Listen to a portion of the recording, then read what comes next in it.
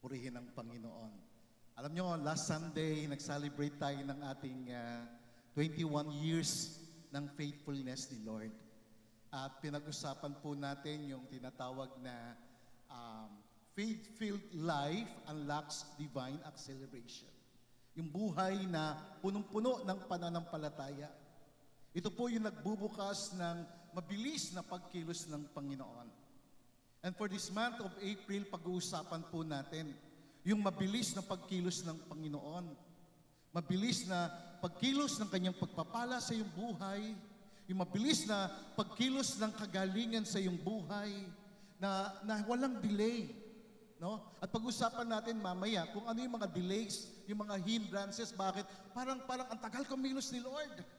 Parang ang hirap ng pagkilos ni Lord, parang ang kunat ng galaw ng Panginoon. May dahilan po yun.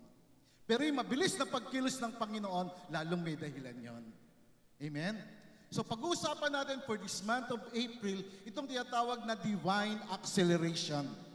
Pakisabi sa katabi mo, divine acceleration. Yan. Divine acceleration, yan yung mabilis na galaw ng Panginoon sa buhay ng isang tao. Yan yung makapangyarihang paggalaw o pagkilos ng Diyos sa buhay ng isang tao, ng isang sumasampalataya. Yung mabilis na gawa ng Diyos sa buhay ng tao. Gusto ba ninyo yon? Gusto ba ninyo na mapabilis ang galaw ng Panginoon sa inyong buhay? Gusto ba ninyo na maging mabilis yung pagpapala ng Diyos sa inyong buhay? Mabilis yung kagalingan? Mabilis yung provision? Amen kayo ha? May condition yon kay Lord. Kung nais mo ng mabilis ang pagkilos ni Lord, merong condition yon. Pag-usapan natin yon mamaya. But for today, I will preach on this subject about acceleration. What it means, how it works, and how we can experience this divine acceleration. Ano ito? Paano ito kumikilos? Paano gumagalaw ang Panginoon sa buhay ng isang tao? And take note, si Lord walang favorite. Lahat ng mga anak ni Lord, favorite niya. Pero magtataka bakit si Lord kumikilos sa isang tao nang mabilis at matindi yung galaw ni Lord sa isang tao, pero sa iba hindi. Malalaman mo yan kung ang dahilan kung bakit. How it works and how we can experience this divine acceleration. Ito mabilis na pagkilos ng Panginoon. First, what is divine acceleration? Ano itong mabilis na pagkilos ng Panginoon? You see, divine acceleration is God's supernatural ability, ito yung makapangyarihang pagkilos ng Panginoon na kanyang magawa, maisakatuparan yung kanyang plano sa iyo, yung kanyang layunin sa iyong buhay, higit pa sa iyong kakayanan, higit pa sa magagawa mo, yung magagawa ng Diyos sa iyong buhay. Kaya kasi pag tayo po ang gumalaw, tayo po ang kumilos, ang bagal natin. Pero kapag ang Diyos kumilos, ang Diyos ang gumalaw, ang bilis ng facing. At makikita natin sa Biblia yung galaw ng Diyos. Talagang makapangyarihan ang pagkilos ng Diyos. Talagang mabilisan yung pagpapala ng Panginoon. Si Lord hindi siya makupat. Hindi siya mabagal. Kaya yung supernatural, itong pagkilos ito ng Panginoon, itong divine acceleration, ito yung supernatural ability ng Panginoon upang kanyang maisakatuparan ng kanyang plano, ang kanyang layunin sa buhay ng bawat isa. Higit pa sa iyong kakayanan, higit pa sa iyong akala, higit pa sa iyong magagawa. Pangalawa, divine acceleration is the supernatural act of God. Ito po ay makapangyarihang gawa ng Diyos na kanyang pinabibilis yung proseso. Yung proseso ng mga pagtatagumpay, proseso ng pagpapanumbalik ng mga taon na nawala sa iyo. Tandaan natin, bawat isa sa atin, meron tayong mga tinatawag na regrets. May mga panghihinayang sa ating buhay. May mga panahon na nasayang sa atin. May mga panahon na nawala. May mga panahon na ninakawan ka ng dyablo. Inalisan ka niya ng kagalingan. Ito ngayon, itong divine acceleration, ito yung proseso ng Diyos, ito yung makapangyarihang gawa ng Diyos para maibalik sa iyo lahat ng mga bagay na ninakaw ng dyablo. Para maibalik sa iyo yung kagalingan. Para ikaw ay may promote ni Lord, may taas ka ng Panginoon at mangyari sa iyo ng mabilisan yung mga plano, yung mga pangako ng Panginoon. Naniniwala po ba kayo doon? Ako naniniwala ako dito. That is why I am preaching this. That is why I am discussing this. It is not by human effort, but it is by divine intervention. Hindi ito gawa ng tao, ito ay intervention ng Diyos. Ito ay pakikialam ng Diyos. Tayo po, ayaw natin ng pinakikialaman tayo. Ako gusto ko pakialaman ako ng Diyos. Ako gusto ko ayusin ako ng Diyos. Ako gusto ko pagpalain ako ng Diyos. Gusto kong ang langit makialam sa aking buhay. Ayoko makialam ang ibang tao sa akin. Gusto ko ang Diyos. Ito yung intervention, galaw ng Panginoon. Dito po mga kapatid sa divine acceleration, magugulat ka na ang mga galaw ng Panginoon mabilis, kumbaga yung mga pagkakataon na matagal o taon na nangyari, kayang pabilisin ng Diyos ng buwan lang o araw lang. Kayang gawin ng Panginoon yon na yung mga bagay na nawala sa iyo, suddenly mag-a-appear sa iyo. Yung mga nasirang relasyon, suddenly magkakaroon ng kaayusan. Yung mga pagpapala na para sa iyo, magugulat ka, darating sa iyo. At masisya ka sa pagpapala ng Panginoon. Yung mga bagay na imposible sa iyo, ay magiging posible dahil sa makapangyarihang pagkilos ng Diyos. Naniniwala po ba kayo dyan? Amen. Ako'y naniniwala. Ako'y sumasampalataya kasi ang pananampalataya ang nagbubukas ng mga makapangyarihang galaw ng Diyos. Kung walang pananampalataya, hindi gagalaw ang Diyos. Proven na yan. Kaya mga kapatid, nais ko ipaalam sa inyo, tayo po ay naglilingkod sa Diyos, sa makapangyarihang Diyos, na siya po ay hindi limitado ng oras, ng distansya, at ng pagkakataon. Yun ang Diyos na pinaglilingkuran po natin. Hindi siya limited. We serve a limitless God. Walang limitasyon sa Diyos. Hindi siya nalilimitahan ng oras, ng space o ng distansya at mga pagkakataon. Kapag ang Diyos nagsalita, when God speaks, things happen. Quickly, powerfully, and beyond natural expectation. Kapag ang Diyos ay nagsalita, mabilis ito. Nangyayari ito, makapangyarihan ito, higit pa sa iniisip, higit pa sa inaakala ng tao. Kaya ang Diyos, kayang gawin ng Diyos ang lahat ng bagay, higit pa sa iniisip mo, higit pa sa inaakala mo, higit pa sa mga panalangin mo. Kayang gawin ng Diyos yun. Kasi kapag ang Diyos nagsalita, walang makakapigil. Sabi ng Psalm 147 verse 15, ito yung text natin. Tandaan nyo po yan. Tingnan nyo po yan sa iba't ibang version ng Bible. But today, it is in the New King James Version. It says, He sends out His command to the earth. Isinugo niya ang kanyang utos sa mundo. Sa mundo natin. Isinugo ng Diyos ang kanyang utos sa mundo natin. His word runs very swiftly. Ang kanyang salita ay tumatakbo, gumagalaw, kumikilos ng napakabilis. Yun ang salita ng Diyos. Mabilis na gumagalaw sapagkat ang Diyos ay Diyos ng acceleration. Diyos ng mabilis na pagkilos. Walang mabagal kay Lord. Sa kaharian nga ng Diyos, walang mabagal. Lahat mabilis yung pacing. Remember, nung si Elijah, kinuha siya ng Panginoon. Pinadalan siya ng karwahing apoy. Mabilis yung karwahing apoy, mas mabilis pa yon kaysa dun sa Ferrari. Kaysa sa pinakamabilis na jet, nung sinundo si Elijah, zoom! Ang bilis. Ganon ang facing sa kaharian ng Diyos. Napakabilis ng galaw.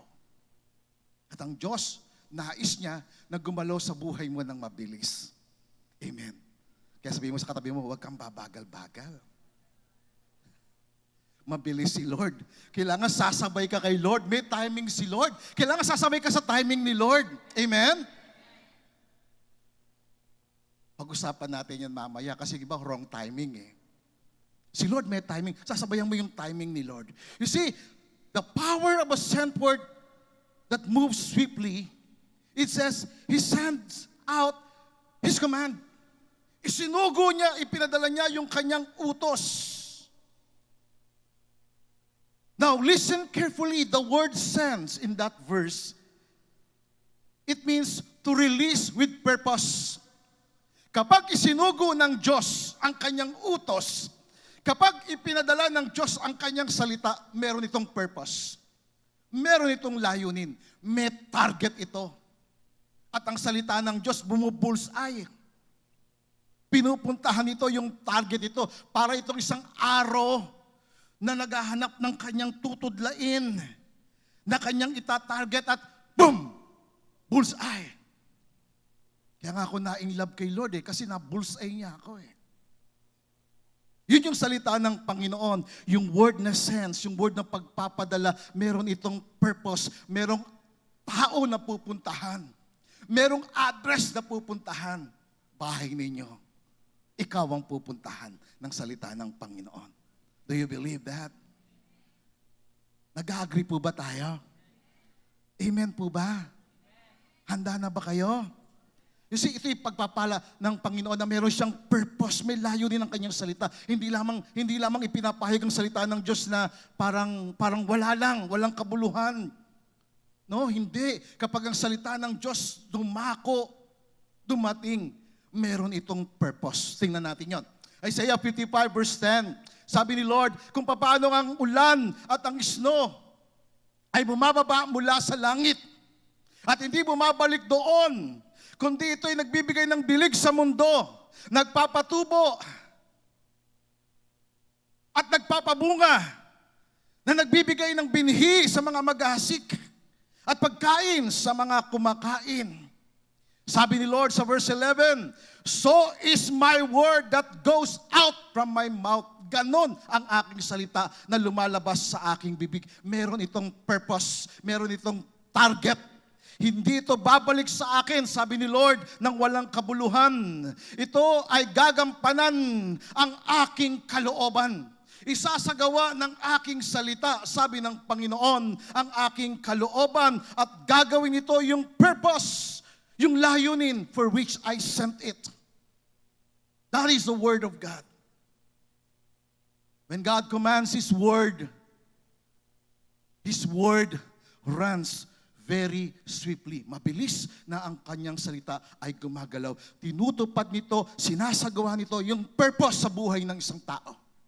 Ano yung purpose ni Lord sa buhay ng isang tao? Tingnan natin yung sa Amplified Bible. Amplified Bible Classic Edition. He said in the English version, sabi niya, so shall my word be that goes forth out of my mouth. It shall not return to me void, without producing any effect or useless, but it shall accomplish that which I please.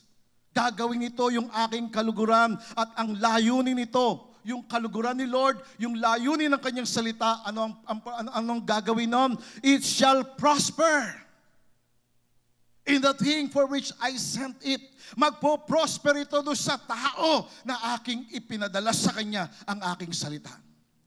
That is the purpose of the Word of God, to prosper you. To prosper us spiritually, mentally, emotionally, physically. To prosper you financially. That is the purpose of the Word of God. Kaya nga, pinadala niya ang kanyang salita. Mga kapatid, ang purpose niyon, ikaw ay mag-prosper. Ikaw ay palaguin. Ikaw ay paginhawain spiritually. Nauuna sa spiritual life. Then mentally. Then emotionally. Then physically, financially, socially. How you treat people. God's word is not idle. Hindi po useless o walang kabuluhan ng salita ng Diyos. God's word carries creative power. God's word carries healing. Ang salita ng Diyos ay nagbibigay ng creative healing. Creative power. Pag sinabing creative power, ito'y lumilikha sa buhay ng isang tao. Kaya may mga tinatawag na creative healing. May mga bagay na kulang sa iyo, kini-create ni Lord yun ng kanyang salita.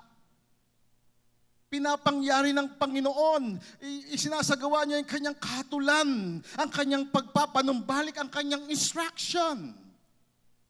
Yun ang dala ng salita ng Diyos. Ang salita niya na kanyang pinadala sa mundo natin. Kaya tayo ngayon naririto, nakakarinig tayo ng salita ng Diyos at pagpapala ng Diyos sa atin yon. Hindi lahat nakakarinig ng salita ng Diyos, hindi lahat mayroong Biblia. Mapalad ang mga dinatnan ng salita ng Panginoon. Mapalad kayo. Pakisabi sa katabi mo, mapalad ka. Pwede ba natin palakpakan ng Panginoon sa kabutihan niya? Ang salita ng Diyos nagdadala ng paglikha, ng pagbabago sa buhay ng tao. Nung dumating sa akin ang salita ng Diyos, nabago ko. Inayos niya ako, pinagaling niya ako. Yun ang ginagawa ng salita ng Diyos. Kasi ang salita ng Diyos, meron itong purpose, meron itong layunin para i-prosper yung tao na pinuntahan ng salita ng Panginoon. Bigyan ko kayo ng isang example.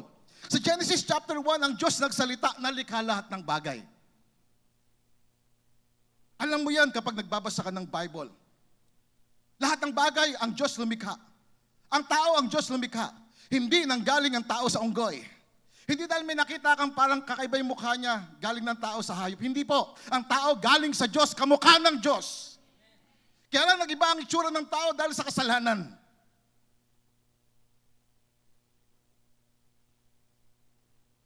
Hebrews 11 verse 3 in the Christian Standard Bible, it says, by faith we understand that the universe was created by the Word of God. Ang salita ng Diyos ang lumikha ng mundo. Mga bagay na nakikita natin ay mula sa mga bagay na hindi nakikita. Galing sa Diyos na hindi nakikita. Lahat ng bagay na meron tayo galing sa Diyos. Mula sa Diyos. Siya ang lumikha ng lahat ng bagay. Siya ay nagbigay ng buhay. Hindi lamang paglikha, maging ang pagpapagaling ay mula sa salita ng Diyos. Na pag sinabi ng Diyos, that's why He said in Psalm 147 verse 15, sabi doon, He sends His commandments. He sends His commands to the earth. Ipinadala niya, isinugo niya ang kanyang utos sa mundo. At ang kanyang salita ay mabilis na kumikilos, mabilis na gumagalaw, at kanyang tinutumbok ng kanyang salita yung layunin nito. Isinasagawa ng kanyang salita yung layunin nito. Sabi sa Psalm 107 verse 20, sabi diyan, He sent His word and healed them. Pinadala niya ang kanyang salita at pinagaling sila. Binigyan sila ng kagalingan at sila ay niligtas mula sa kanilang mga kaaway. Ano ibig sabihin nito? Nang ang salita ng Diyos ay dumating kay Moses. Si Moses ay ginamit ng Panginoon upang maging daluyan ng kapangyarihan ng kagalingan ng Diyos at mapalaya ang Israel mula sa pagkakalipin sa Ehipto at dinala sa lupang pangako. Nangyari yon dahil ang salita ng Diyos ay dumating sa isang tao. Kaya mapalad tayo dahil ang salita ng Diyos dumating sa atin. Ang salita ng Diyos ay mabilis na kumikilos sa buhay ng isang tao. Yun yung divine acceleration. Mabilis na pagkilos ng Diyos dahil sa kanyang salita. Nilikha niya ang mundo sa kanyang salita. Nagbigay siya ng kagalingan sa pamagitan ng kanyang salita. Nagpalaya siya ng mga tao sa pamagitan ng kanyang salita. Si Jesus Christ ay nagbigay ng kalayaan sa mga taong inaalipin ng masamang spirito sa pamamagitan ng salita. Matthew 8 verse 16. Jesus cast out the evil spirits with a word. Take note of that. Pinalayas ng Panginoong Jesucristo ang masamang espiritu sa isang tao sa pamagitan ng salita. Ano yung salita na yun? Yun yung salita na iniutos ng Diyos. Yun yung salita na mabilis na gumagalaw. Yun yung salita ng Diyos. Kaya kapag ang salita ng Diyos ay yung buhay, ay dumating, ang salita ng Diyos nagdadala ng pagbabago. Nagdadala ng transformation, nagdadala ng hibala. Kasi kapag ang Diyos nagsalita, pinapangyari niya at ito'y lubusang nangyayari. When God releases His word over your life, there is a divine force. Kapag nirelease ng Panginoon ang kanyang salita sa iyong buhay, narinig mo ang salita ng Diyos sa iyong buhay, meron itong divine force that can bring divine acceleration A supernatural speed that overrides delays, detours, and stagnation. Ito yung ginagawa ng salita ng Diyos. Kapag ang salita ng Diyos ay nasa iyong buhay, ino-override niya. Override. Ino-overcome. Pinagtatagumpayan ng salita ng Diyos ang mga delays, yung mga mabagal na pagkilos sa iyong buhay, yung mga detours. Ano ba ibig sabihin detours? Yung bang pagkaligaw sa buhay. Kapag isang tao dumating sa kanyang salita ng Diyos, nagkakaroon siya ng direksyon sa buhay, nagkakaroon ng purpose ang kanyang buhay. Pero kapag ang salita ng Diyos wala sa buhay ng isang tao, wala siyang purpose. Walang layunin ng kanyang buhay. Nandun siya lagi sa detour ng kanyang buhay. Paturtur na lang, naligaw. Stagnate ang buhay. May hadlang ang buhay. Mga kapatid, before we appreciate divine acceleration, we must understand what causes delays. You must understand this. Para higit mong maintindihan yung galaw ng salita ng Diyos sa buhay ng isang tao, dapat mo munang maintindihan ano ba yung pumipigil sa salita ng Diyos. Ano ba pumipigil? Ang Diyos makapangyarihan. Makapangyarihan ng Diyos. Ang Diyos ay hari. Pag sinabi ng hari, walang sino man ang pwedeng bumali.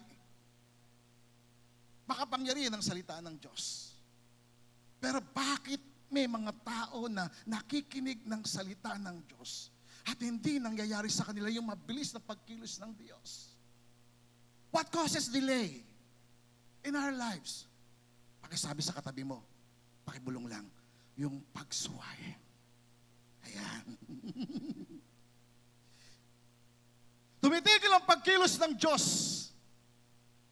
The Bible says in Psalm 147 verse 15, He sends out His commands to the earth. Pag sinabing earth sa mga tao, ipinadala, isinugo ng Diyos ang kanyang salita, iniutos niya ang kanyang salita sa mga tao. Mabilis na kumikilos ang kanyang salita dahil siya'y Diyos na makapangyarihan at walang sino mang pwedeng pumigil sa kanyang salita kundi yung katabi mo lang. Sabi mo sa kanya, kundi ikaw. Amen. Tingnan mo siya, balikan mo, ikaw din. Di ba? Bakit napigil yung pagpapala ng Diyos kay Adan? Kay Eva? Dahil sumuway si Eva. Sumuway si Adan. At nang tinanong sila ng Diyos, sino ang may dahilan? Sino ang may kasalanan? Sabi ni Eva, ito. Nagturo na eh. Doon nauso yung pagtuturo. Dahil sa pagsuway. Mga kapatid, minsan sa buhay natin, hindi nangyayari yung purpose ng salita ng Diyos. Yung purpose ng salita ng Diyos, i-prosper ka. That is the very purpose of the word of the Lord is to prosper your life. Spiritually, mentally. Sabi ng iba, nung nabasa kong Bible na may nasira ang ulo daw sa Biblia. Alam bakit nasira? Sa pagsuway. Pag may pagsuway, natitigil, nadidelay yung makapangyarihang pagkilos, paggalaw ng kapangyarihan ng salita ng Diyos sa buhay ng isang tao.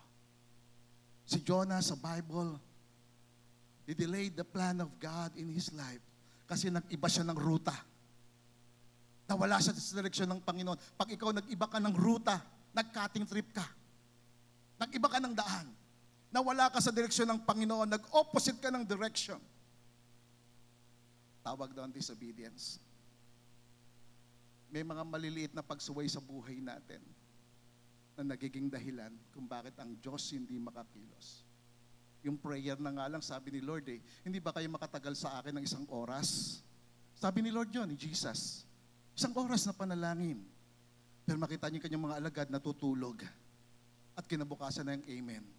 Ang mga modern disciples ngayon, pag nag-pray, kinabukasan na ang amen. Natutulog sa prayer. Prayer and fasting nga natin Diba? Ang rules natin, gulay, prutas. Makita mong iba kumakain ng kanin, kumakain. Kasama ka ba sa prayer and fasting? Opo. At ba't kinakain mo yan? Simpleng pagsuway. Di ba? Diyan na nga lang, bawal ang pagtawid. Pero makikita mo, sa bawal, may tumatawid. At may nakakita pa nga ako, nakataas pa yung Biblia niya habang tumatawid sa bawal na tawiran. Hindi ino-honor ni Lord yan. Sabi mo ulit sa katabi mo, disobedience. Ayan. In English na natin. Kanina pagsuway, disobedience kaya. Di ba? Mga kapatid ko, may disobedience sa buhay natin, may pagsuway kahit maliit. Kahit maliit. Hingin natin ang tawad sa Panginoon. Tularan natin ang Panginoong Isus. Sinabi niya, Ama, hindi ang kalooban ko ang masunod, kundi yung kalooban mo. Amen? Purihin ang Panginoon. Pangalawa, sige, palakpakan natin ang Panginoon. Purihin. Ito yung mga naging dahilan, no? Dahilan ng hindi mabilisan na pagkilos ng Diyos. Ito yung mga sumasagabal sa divine acceleration, sa mabilis na pagkilos ng Panginoon. Pangalawa, fear and unbelief. Yung takot at kawalan ng pananampalataya. Pag may takot ka sa buhay mo, takot kang na magbigay ng buong buhay mo sa Panginoon, napipigil yung pagkilos ng Diyos. Kasi ang gusto ni Lord, whole heart eh. Pagkakalahati lang ang puso mo kay Lord, nadidelay yung divine acceleration. He said in Mark chapter 12, love the Lord your God with all your heart, all your heart, all your mind, all your soul, all your strength. Buo na pagmamahal sa Kanya. Yung iba natatakot magmahal sa Diyos, natatakot maglingkod sa Panginoon, kasi mawawalan daw sila eh. Alam niyo ako, hindi ako natakot na maglingkod sa Diyos. Hindi ako natakot. Binigay ko buong buhay ko sa Diyos. Binigay ko. At yung unbelief, ito yung nilalabanan ko. Kasi ang unbelief laging umiikot lang yan eh. That's why we pray and fast. Kapag nagpipray ka, nagpa-fast ka, tumataas yung level ng expectation mo. Tumataas yung level ng pananampalataya. When you fast and pray, you are in the atmosphere of faith, being in the presence of God. Katulad ng mga Israelita sa wilderness. Alam niyo ba ang mga Israelites? 40 years sa wilderness. Ang bagal ng buhay nila.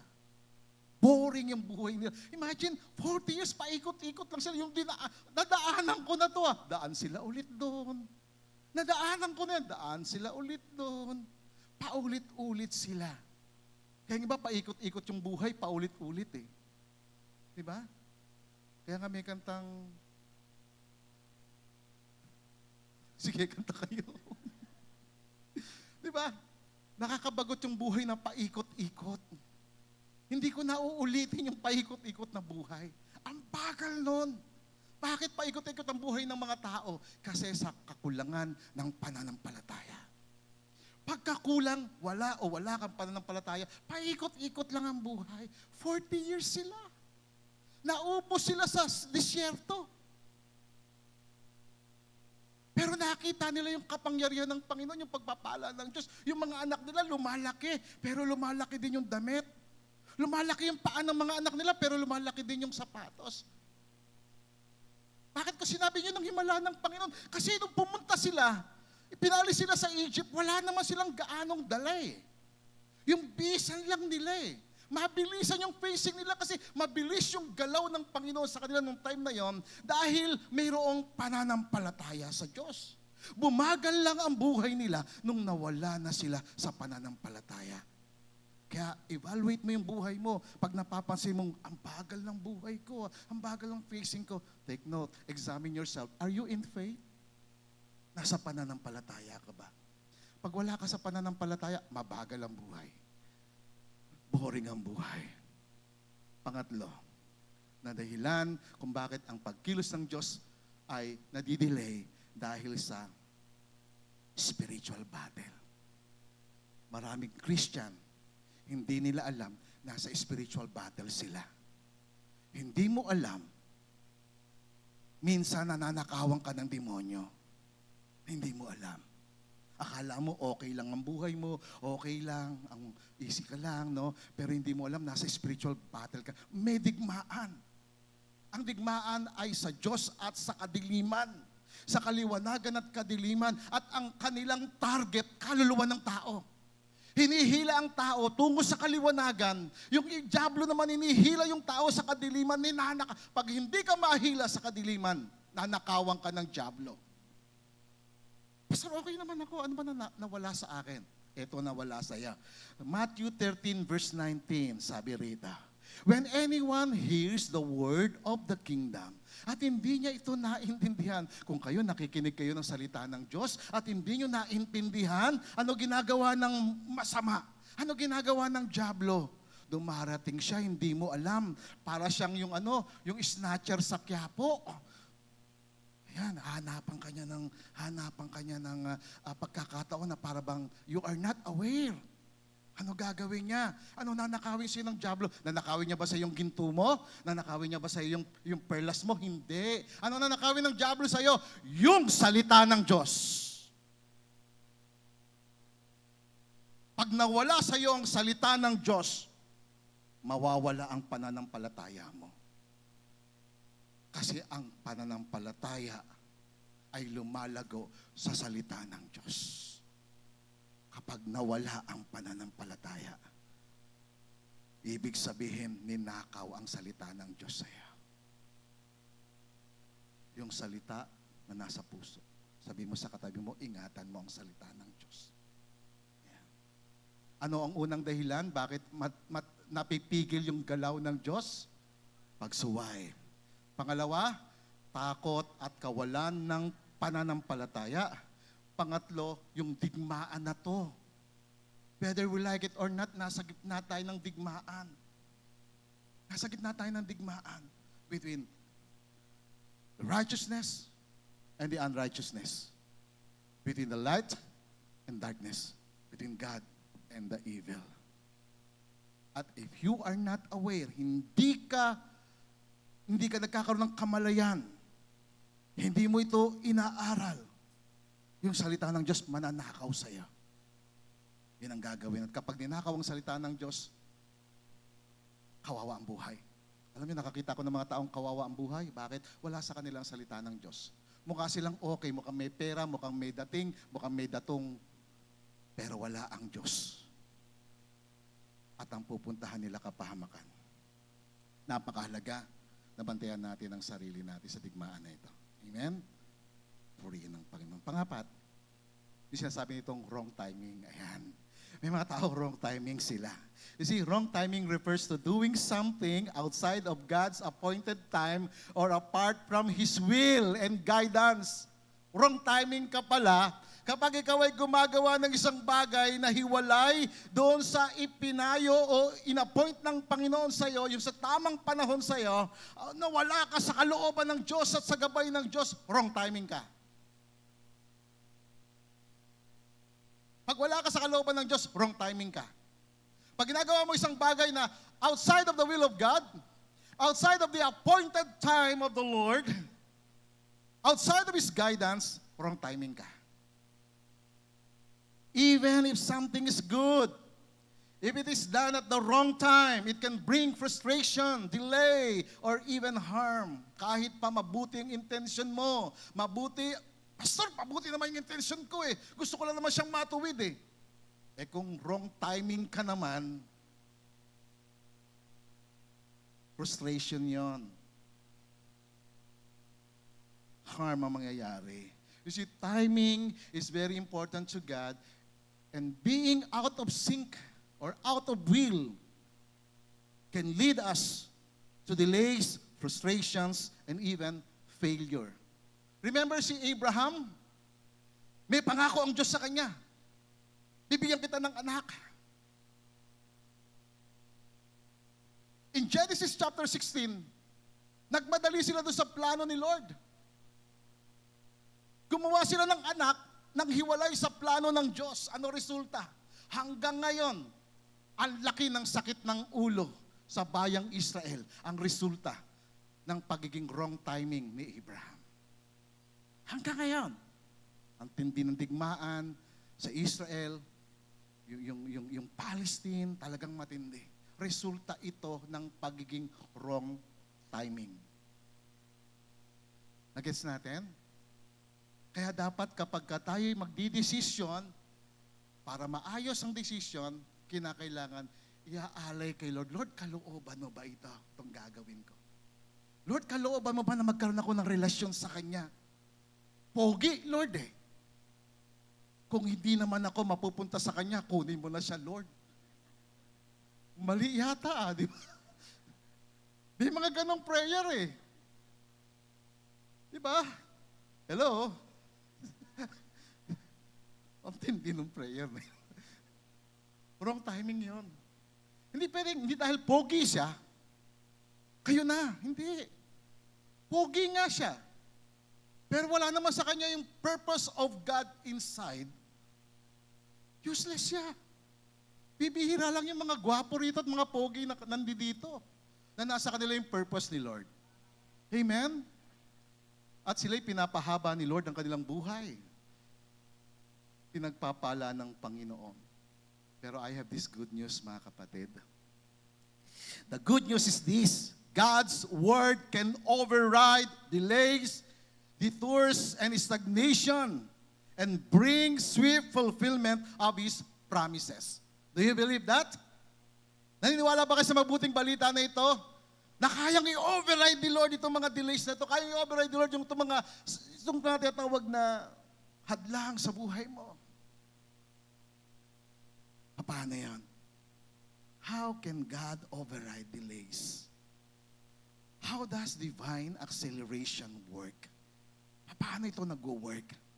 Una, ang divine acceleration, ang makapangyarihan, mabilis ang galaw ng Panginoon ay gumagawa sa pamagitan ng mabilis na pagkilos ng kanyang salita. The word moves swiftly. Psalm 147 verse 15, it says, He sends out His command to the earth, His word runs very swiftly. Now the word swiftly in this verse comes from the Hebrew word mehera, na ang ibig sabihin quickly, speedily, immediately. Yung word na swiftly ay napakabilis na galaw, very swiftly. It says, the word runs very swiftly. Yung kanyang salita, mabilis na kumikilos, mabilis na gumagalaw. Doon sa taong sumusunod sa Kanya. Doon sa taong sumasampalataya sa Kanya. Doon sa tao na nagtitiwala sa Kanya. Mabilis na gumagalaw ang Kanyang salita sa buhay ng mga tao na nasa Kanya. Sumasampalataya sa Kanya. Tingnan natin sa context na ito yung word na swiftly. Swiftly here emphasizes the power, the authority, the immediacy of God's word when God speaks or commands. Ito'y mabilis ang kilos, mabilis ang galaw ng salita ng Panginoon na iniutos ng Panginoon sa buhay ng isang tao. Mabilis ito.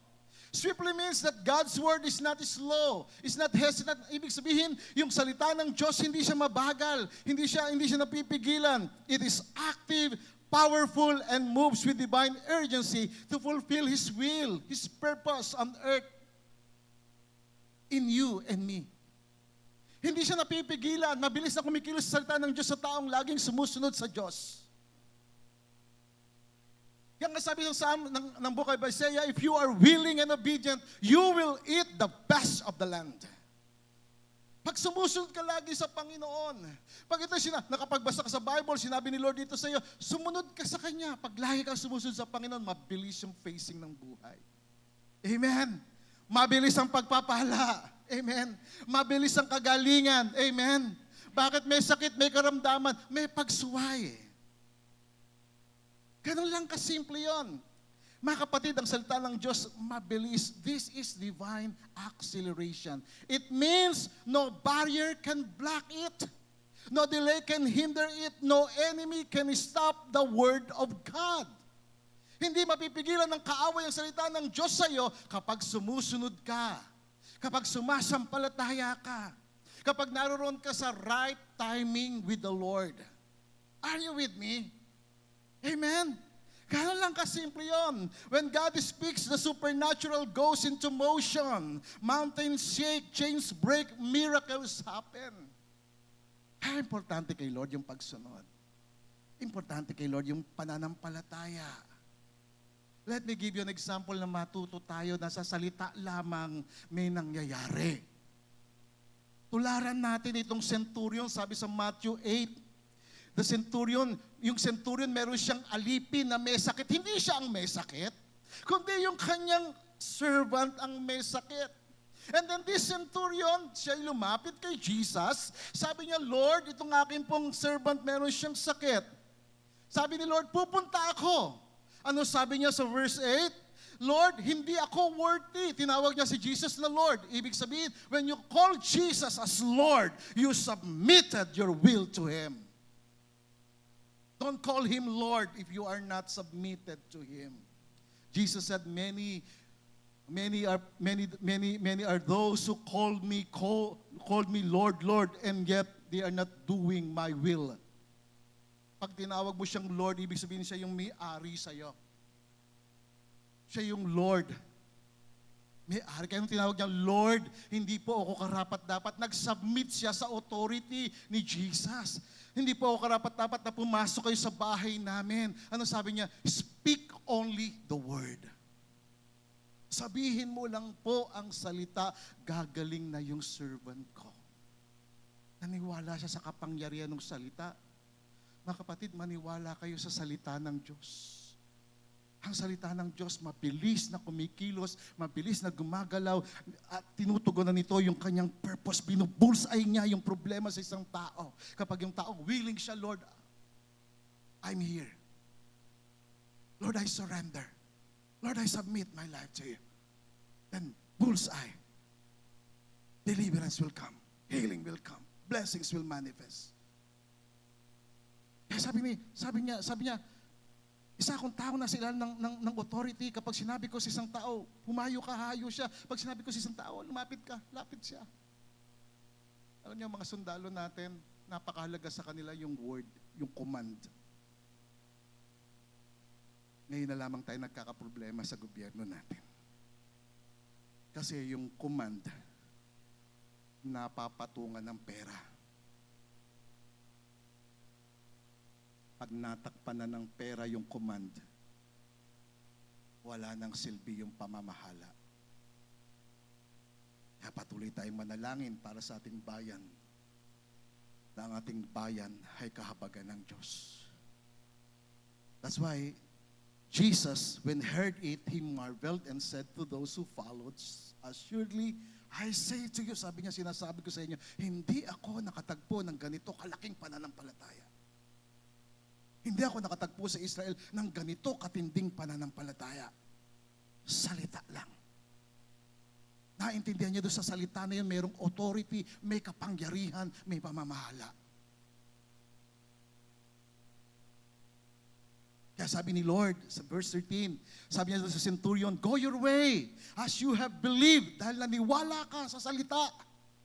Dahil naniwala ka sa sinabi ko sa iyo. Mangyari sa iyo ang iyong pinaniwalaan. At ang kanyang servant ay gumaling nung oras na yon. And take note, gumaling yung servant niya nung oras na yon. Why? Because Jesus speaks the word. Sabi ni Jesus, let it be done for you. Mangyari sa iyo. Kaya yung salita niya, mabilis na kumilos. Yung salita ng Diyos na mabilis na kumilos doon sa servant niya, ay ito'y lumampas doon sa oras, ito'y lumampas doon sa napakalayong distansya, ito'y lumampas doon sa kalagayan sa buhay. Same hour. Take note of the word. Sabi niya, no, and his servant was healed that same hour. Yung oras na yon na sinabi ni Jesus, mangyari sa iyo ang iyong paniniwala, boom! Ang bilis ng kagalingan. Sino gusto na mabilis na pagkilos ng Diyos? Sumampalataya ka. Maniwala ka. Sumunod ka sa Kanya. Mabilis ang pagkilos ng Panginoon. The sweetness of God's Word means that no situation is ever hopeless. Walang sitwasyon na hopeless kay Lord. Pagka yung tao talagang all out, totally surrender, totally committed sa Kanya. You see, delay is not denial. And when it's God's time, His word runs quickly. Mabilis na gagalaw ang kanyang salita ayon sa kanyang appointed time. Ayon sa kanyang appointed moment. When God gives a word through scripture, through prophecy or revelation, it is not passive. Pag narinig yung salita ng Diyos na pinangangaral, tinuturo, o inihuhula, o pinapahayag, hindi ito passive. Ibig sabihin, hindi ito walang ginagawa, kundi ito ay buhay, ito ay powerful, ito ay mabilis, swift. That is the first. The word moves swiftly. And second, the word becomes a vehicle of power. That is how divine acceleration work. Ang salita mabilis na gumagalaw, ngayon ang salita ay nagdadala ng kapangyarihan.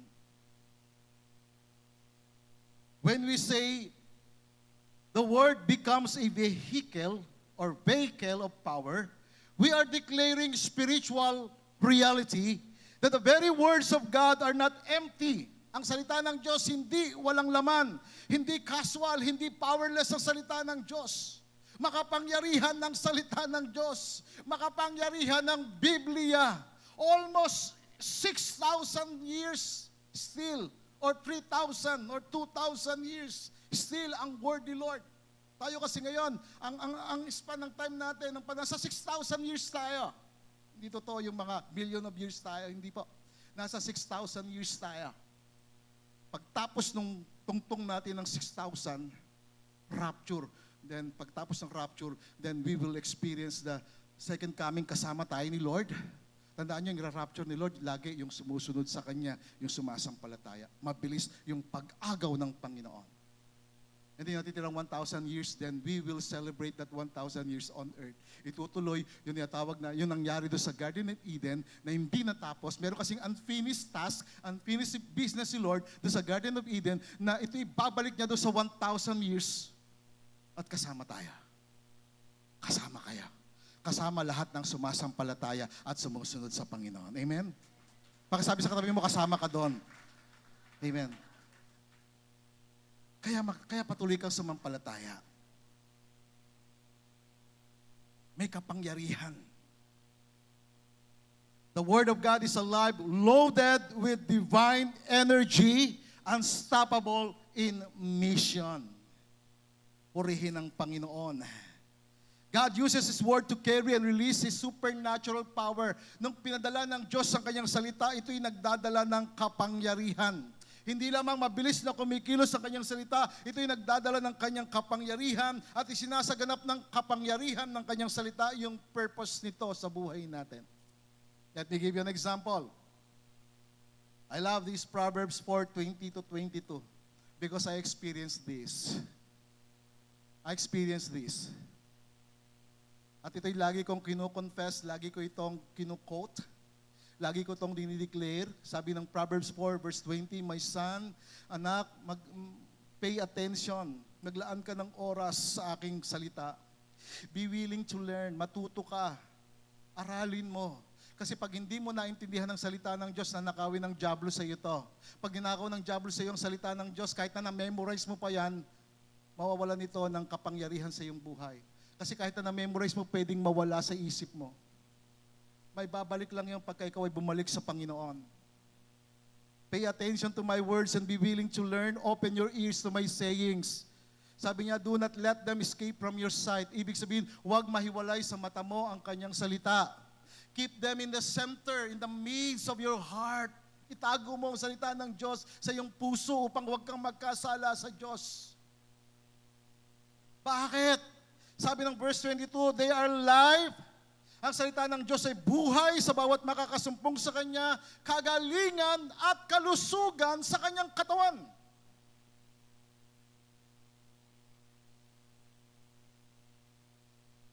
Purihin ang Panginoon.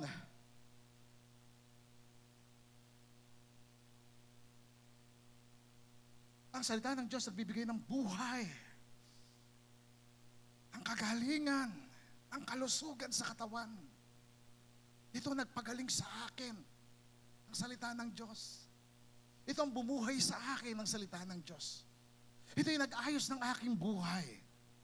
Sabi ng Hebrews chapter 4 verse 12, Hindi ito information lamang. It is living and active, able to cut, build, or heal, restore, and deliver. Yun ang Hebrews 4:12. For the Word of God is living. Ang salita ng Diyos ay buhay, aktibo, puno ng kapangyarihan ng salita ng Diyos. Kaya kahit na ang Biblia sunugin at mawala sa isang bansa, ang salita ng Diyos ay babalik at babalik. At mapalad po tayong mga Pilipino kasi dumating sa atin ang Biblia, dumating sa atin ang kaalaman, dumating sa atin ang kapahayagan ng Diyos na makilala natin ang totoong Diyos na makapangyarihan sa lahat. Ang Diyos na makapangyarihan kasi ang salita ng Diyos at ang Diyos iisa. Pag sinabi ng Diyos, pinapangyari niya kasi yung salita niya, pinapakapan niya ng kanyang kapangyarihan. The Word of God is living and active and full of power, making it operative, energizing, and effective. It is sharper than any two-edged sword, penetrating as far as the division of the soul and spirit. Ito ay mas matindi pa sa tabak na magkabila ang talim, na ito'y tumatagos sa kalooban ng tao, sa kaluluwa at espiritu ng tao. Ito ay bumabaon sa kanyang buto. Alam mo, naranasan ba ninyong salita ng Diyos nagpapanginig sa inyo? Naranasan ko ng first time ko marinig ang salita ng Diyos, nanginginig ako, pumapasok sa kaibuturan ng aking mga buto. Kaya nga si Jeremiah, sabi niya sa Jeremiah chapter 20, sabi niya, ayoko nang magsalita tungkol sa iyo, ayoko nang banggitin ang pangalan mo, pero yung salita mo sa aking buhay ay parang apoy na sumusupok sa aking kalooban, sa aking mga buto. Ay pumapasok ang iyong salita, hindi ko kaya itong pigilan, kaya nilalabas niya. Nagpe-preach siya, nangangaral siya. Kapag ang salita ng Diyos nasa puso mo, hindi mo mapipigilan, lalabas siya sa bibig mo.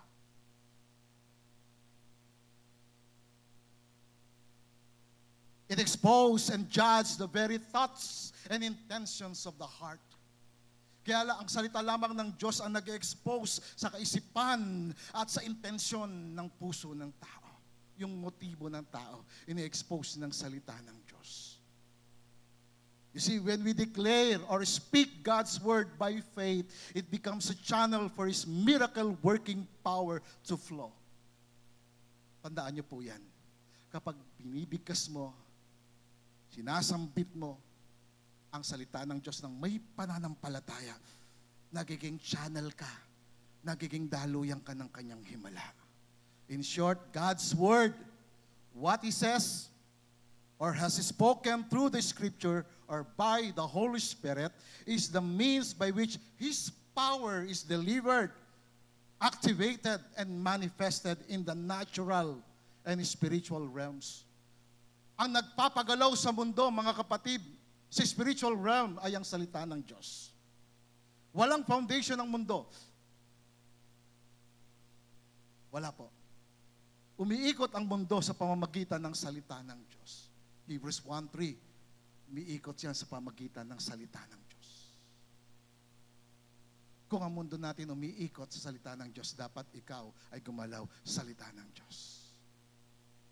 Why? Because the Bible says, in Psalm 119, it says, forever, O Lord, your word is settled in heaven. Forever yan. And if you want to live forever, live according to what the Word of God is saying. Believe in the Word of God. When you believe and act on God's Word, it carries you forward, upward, forward, beyond your ability. Beyond your ability. He will carry you when you believe and act on the Word of God. He will carry you forward beyond your natural ability. You see, acceleration, to divine acceleration, comes when we are led by the Holy Spirit to believe in the Word of God. It is the Holy Spirit who will teach us to believe in the Word of God. The Holy Spirit will lead you into all the truth. Kaya ako ang dami ko nakausap ng mga tao, iba't ibang klaseng relihiyon, iba't ibang klaseng paniwala, hindi nila ako nahikayat. Why? Because of the Holy Spirit that led me into all the truth of what the Word of God is saying. Amen. Are you with me? Nandiyan pa po ba kayo? Kaya pa ninyo? Pwede ba nating palakpakan ng Panginoon? Hallelujah! Now, the last... Malapit na ako. Paano mararanasan itong divine acceleration? Paano ko ito mararanasan, Pastor? How to walk or how to experience divine acceleration? Paano ko mararanasan ang mabilis ng pagkilos ng Panginoon sa aking buhay? Pakisabi sa katabi mo, tanggapin mo ang salita ng Diyos ng buong buo. Amen? Tanggapin mo siya ng buo. Kaya ako pagka nag-preach ako, Word of God ang pinipreach ko. Hindi ako nag-preach dito ng aking opinion, ng aking thoughts, kundi yung thoughts ni Lord. Yung opinion ni Lord, yung Word ni Lord. Receive the Word of God wholeheartedly. Let God's Word be the final authority in your life. Ang salita ng Diyos maging final authority sa iyong buhay. Sa mga decision making mo, sa mga plano mo sa iyong buhay, let the Word of God be the final authority. Ask God to speak to you over your situation. Sa bawat sitwasyon sa iyong buhay, humingi ka sa Diyos ng gabay. Romans 10:17, faith comes by hearing and hearing of the word. Lagi mong pakinggan ang salita ng Diyos. Sapagkat ang pananampalataya ay dumarating sa patuloy na pakikinig, hearing and hearing of the word of God. Now the word faith comes means faith is produced. Faith is awakened. Faith is imparted. And faith is activated by hearing and hearing of the Word of God. Napuproduce sa iyo, lumalago sa iyo ang pananampalataya, nabubuhay sa iyo ang pananampalataya. Nagiging aktibo ang pananampalataya sa iyo. Naipapasa mo ang pananampalataya kapag patuloy kang nakikinig at nakikinig ng salita ng Diyos. Patuloy kang nag-aaral ng salita ng Diyos. Kaya nga sa Bible, si Timothy, meron siyang yung pananampalataya ng nanay niya, naipasa sa kanya, yung pananampalataya ng nanay niya, galing pa sa kanyang lola. Tayo rito, may mga lolo at lola tayo na may pananampalataya na naipasa sa mga anak. And I'm praying na yung mga apo ay magpatuloy sa pananampalataya. Receive the Word of God wholeheartedly in your heart. Pag salita ng Diyos, tanggapin mo ito. Tanggapin natin. Yung itinuturong tama. Kasi pwede makapakinig kayo sa radyo, makapanood kayo sa TV. Uy, salita ng Diyos, tanggapin ko ito. Pero yung nagtuturo, mali ang pagtuturo. Let the Holy Spirit leads you into all the truth by hearing His Word. So receive the Word of God wholeheartedly. And second, believe the Word of God completely without a doubt. Paniwalaan mo, sampalatayanan mo ang salita ng Diyos ng buong buo. Nang walang pag-aalinlangan. Faith activates the Word. The Word must be mixed with faith. Tandaan natin mga kapatid, kapag ikaw ay nakikinig ng salita ng Diyos, samahan mo ng pananampalataya. Kasi pwedeng hindi makapasok ang isang tao sa lupang pangako kapag walang pagmimix ng pananampalataya. Kaya yung mga nasa disyerto, hindi sila nakapasok sa promised land. Bakit? Hindi nila sinamahan ng pananampalataya yung pakikinig nila ng salita ng Diyos. Sabi ng Hebrews chapter 4 verse 2, basahin yung book of Hebrews, napakaganda po niyan. Din sa verse 2 sabi dito, the gospel was preached to us as well as to them. Kanino? Doon sa mga nasa disyerto, doon sa mga tao na nasa wilderness for 40 years. Ang salita ng Diyos, pinipreach sa kanila. Ang mabuting balita, pinipreach sa kanila. Kaya sa atin. Pero yung word na kanilang pinakikinggan, the word that they heard did not profit them. Kaya kahit sa church diba?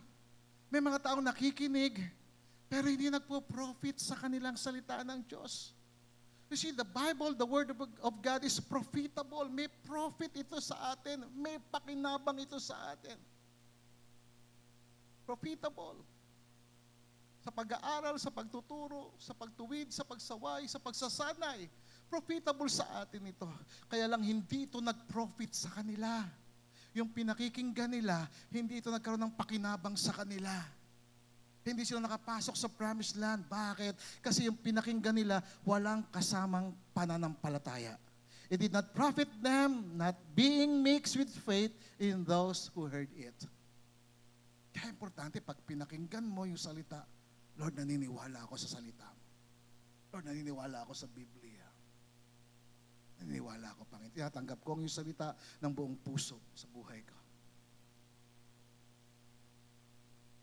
Sumasampalataya ako sa iyong salita ng buong puso. Pangatlo, obey the word of God quickly. Sundin natin ang salita ng Diyos ng mabilis. Delayed obedience often leads to missed moments. Instant obedience leads to instant breakthroughs. If you want breakthroughs, if you want the manifestations of divine acceleration in your life, obey. Obey the word of God quickly. Kung gusto mo mabago ka, sumunod ka. Pag hindi ka sumunod, may iwanan ka. Alam mo si Lord, magpapalayok si Lord, patter si Lord. Isang araw si Jeremiah napunta dito sa potter's house. Doon sa potter's house, nakita niya yung magpapalayok, naghuhulma ng palayok. At magaganda yung mga hinuhulma niya. Pag maganda yung nahulma niya, nalagay niya sa kanan. Pagka na hinuhulma niya, medyo matigas, tinatabi niya. Bakit? Kasi matigas. May mga tao matigas ang kalooban, matigas ang ulo. Pagka matigas ang ulo mo, matigas ang kalooban mo, hindi ka sumusunod, tabi ka muna. Pag ikaw sumusunod ka, mabilis. Nahuhubog, nahuhulma kasi sumusunod. Yan ang resulta ng pagpapala ng Diyos. Kaya makakita kayo, di ba, may mga palayok, ang gaganda ng hulma. Di ba? Mabenta. Pero may mga palayok na hindi maganda yung hulma, hindi mabenta. Pag ang buhay mo maganda ang hulma, mabenta ka kay Lord. Mabenta ka sa tao. Attractive ka. Amen? Attractive ang mga tao na tinatanggap nilang salita ng Diyos sa kanilang buhay, sinasampalatayanan ang salita ng Diyos, sumusunod sa salita ng Panginoon. Sabi ng Psalm 147 verse 15, in the New Century Version, He gives a command to the earth. He gives a command to the earth and it quickly obeys Him. Nagbibigay siya ng utos sa mundo at ito'y mabilis na sumusunod sa Kanya. Remember si Jesus? Nasa bangka, natutulog, kasagsaan ng malakas na ulan, malakas na hangin ng bagyo. And then sabi sa Kanya ng mga alagad, Lord, wala pa ka naman sa iyo na ikaw ay natutulog, kami ay nagtataranta na rito. Mapapahamak tayong lahat, Lord. Tinawag si Lord na Lord, and yet, pinagalitan pa si Lord. At si Lord, hindi naman siya nagalit. Di ba? Bagong gising. Sabi nga nila, magbiro ka na sa lasing, huwag lang sa bagong gising. Pero si Lord, bagong gising. Pupungas-pungas pa. At tumayo siya. Sabi niya, tumigil ka. Nung sinabi Lord na tumigil ang malakas na hangin, ang malakas na ulan, tumigil ang bagyo, tumigil ang alon. Mabilis na sumunod ang nature sa Kanya dahil ang Diyos nagbigay ng utos at ito'y mabilis na sinusunod.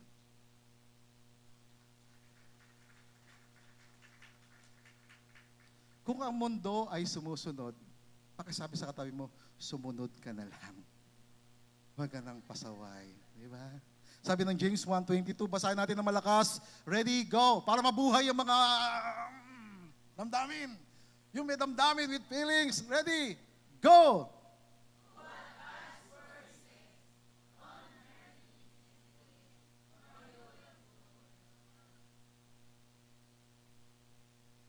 Diba?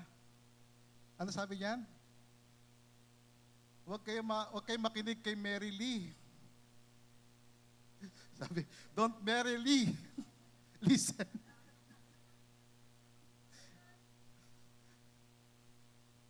Are you with me? Do what God's word says. Don't merely listen to it, or you will fool yourselves. Huwag ka lamang makinig sa salita ng Diyos. Gawin mo ang sinasabi ng salita ng Diyos. Kasi pag hindi mo sinusunod ang sinasabi ng salita ng Diyos, dinadaya mo lang ang sarili mo. Niloloko mo lang ang sarili mo. Yung pupunta ka sa church para makita ka ng tao na ikaw ay, uy, si kapatid, no? Banal na siya, pumupunta na sa church, di ba? Pag uwi niya ng bahay, kita niya yung pusa, di ba? Kita niya yung kalat-kalat. Bakit ang dami-dami yung kalat dito? Galing sa church yun.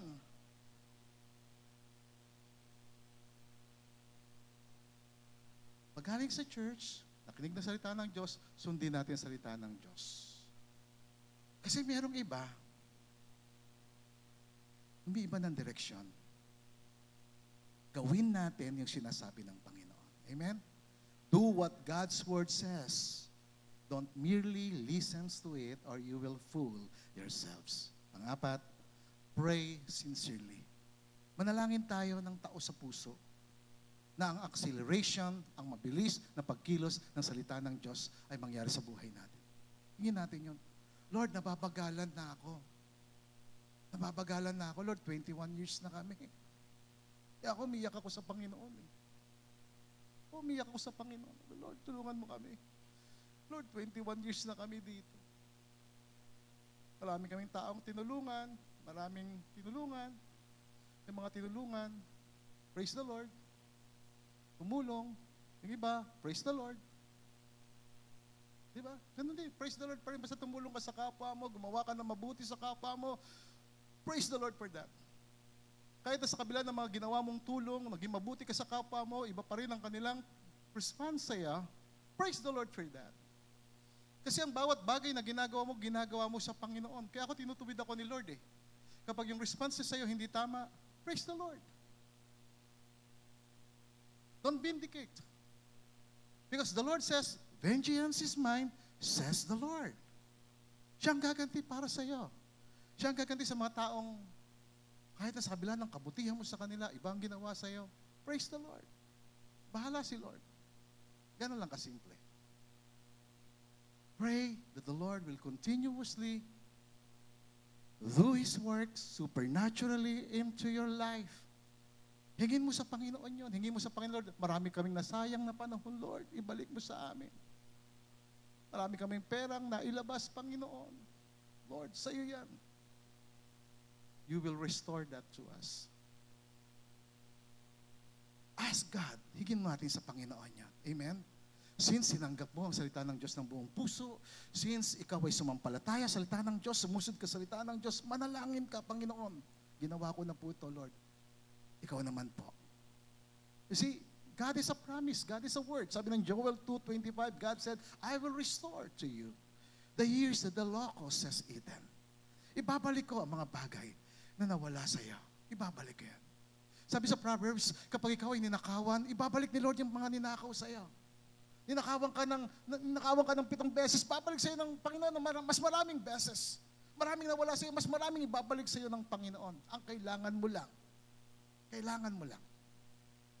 Tanggapin mo ang kanyang salita, sumampalataya ka, sumunod ka lang sa kanya. Yan lang ang kailangan mo. Huwag kang magalit. Minsan totoo, normal, gagalit na inis tayo. Pero let the Lord do His work. Bahala si Lord. God is the God of accelerated restoration. Siya yun. At panglima, mga kapatid, align your heart with God's word faithfully. I-align mo. Stay in the promises of the Lord. Manatili ka doon sa pangako. Align your heart to God. To His timing. Para hindi ka wrong timing. Para nandun ka sa timing ni Lord sa galaw ng Panginoon. Na kapag ang Diyos ay gumalaw, kumilos, siya ang magbibigay ng katugunan. When God speaks, His words becomes a delivery system for His power, healing the sick, raising the dead, transforming lives, and shaping destinies. Sabi nga ni Jeremiah sa Jeremiah 23 verse 29, is not my word like a fire? Hindi ba ang aking salita ay katulad ng isang apoy, sabi ng Panginoon? Ito ay katulad ng isang martilyo na nagbabasag ng mga bato. Yun ang salita ng Panginoon. Panghawakan natin yung salita ng Diyos. I-align natin yung sarili natin sa mga pangako ng Panginoon. And God will do His part. Amen? Can we give God the praise?